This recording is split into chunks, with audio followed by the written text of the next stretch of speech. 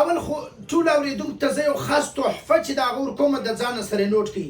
که چیرې ته د بدهضمي د مسلې سره مخامخ یې، بدهضمي دې زیاته یي، بد ارژي دې راخیږي، او کله چې خوراک وکړې خوراک پر تا باندې بد لګېږي، او معده دې جلن کوي، سوزش کوي، او د خولې بې ادبي دې ما پې بد بوی ځي، او د معدې څه په تکلیف یې او خوا دې راګرځي، د معدې مختلف قسم مسلې مسایل لري.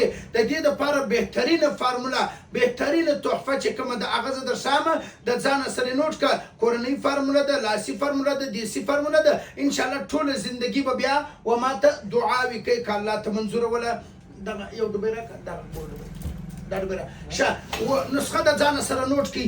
ډېره بهترینه نسخه ده چې زه کله د طب دنیا نه راغلی یم، او یا د هغه رقم چې کوم دی په شو به بد پوه سوی یم، زه الایچي ییل چې کوم ورته وایي لږ، یا مثلا لږ ییل راواخه، او لږ چې کوم دی سومف راواخه خواږه ولني، دا راواخه لږ لږ یې میده که، او بیا سره ګډ که، بیا په یکشنۍ تیلي کې واچوه، په جیب کې در سره ګرځوه.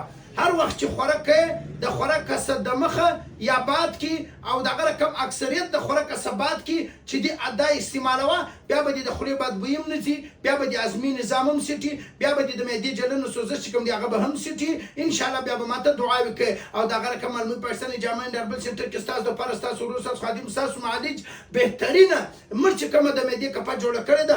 الحمدلله الحمدلله په ډېر زیات تعداد سره مختلفو ښارونو چې کوم دی هغه روانه ده. خو څه یې کوې چې دغه بدنصیبي یې بولي یا چی شی بولي چې تر څو تر اوسه پورې لاتار نه ده لاسته کړې، د معاشري اکثره ډېر انسانان چې کوم دي هغه دغه کپه لاسته کړې ده او استعمالوي، او دغه رقم خوند یې پراخستی دي، او د دې څه ګټو فایده ترلاسه کړې ده. او دغه رقم الحمدلله زه او زما مکمل فیملي چې کومه ده هغه موږ هم دا استعمالوو.